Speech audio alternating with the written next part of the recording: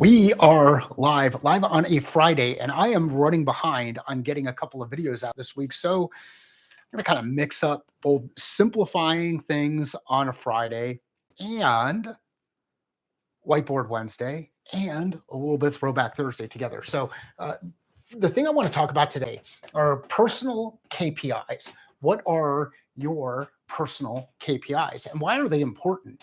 And do you have them? I, KPIs, key performance indicators.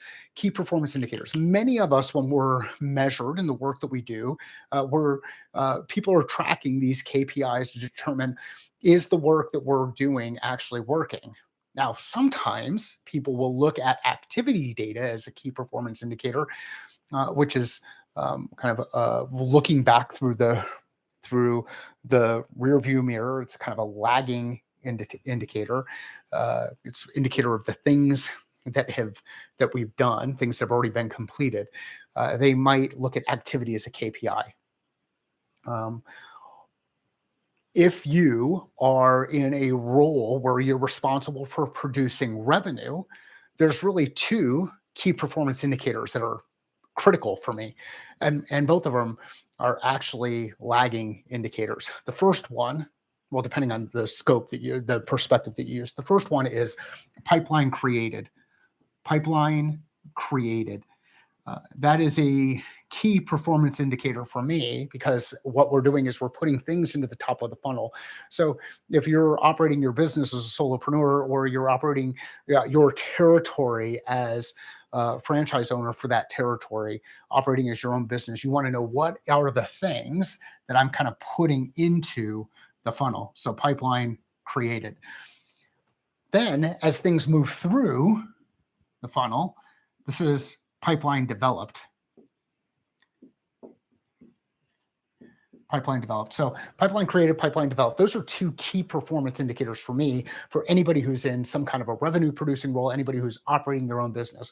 What are we adding top of funnel, putting in? How is that moving through the funnel? Probability of sale increasing, or things that are moving out. So pipeline developed includes lost, won, and those things that have moved through each of the individual stages of our sales cycle. And if you don't have stages in your sales cycle, take a look at some of the work that I've got out there at findmycatalyst.com, some of the free resources around how to build out sales process and those kind of things. So that happens from a revenue perspective. But what about our personal KPIs, specifically related to things like health and fitness? So personal KPIs. One of those personal KPIs might be body fat lost in a given period of time. So body fat lost maybe in the last week. So in the other one, we're pipeline created, we're adding things. And this one, we're actually reducing. So that might be one KPI. Another KPI might be, rather than using something like number of times that you go to the gym, it might be resting heart rate. Another one might be heart rate variability. There are a number of these that we can look at. We could start to say, okay, well, how are we performing relative to our objective? If the work that we're doing is not moving these KPIs, they're not changing, if we're not seeing a change in the KPI, then maybe the work is not working. On the finance side, KPI might be amount of money spent. So cash going out. So spent. Another one might be cash coming in. Coming in. So these are a couple of numbers that you can start looking at. The key when starting to look at your own personal KPIs, key performance indicators, is to identify some specific numbers that are not necessarily the end state, but they're the things that will contribute to getting closer to the end state. So if you're, when you do work, like work that you work outside where money comes in, are you bringing in more money than you're spending? Is your bank account number increasing?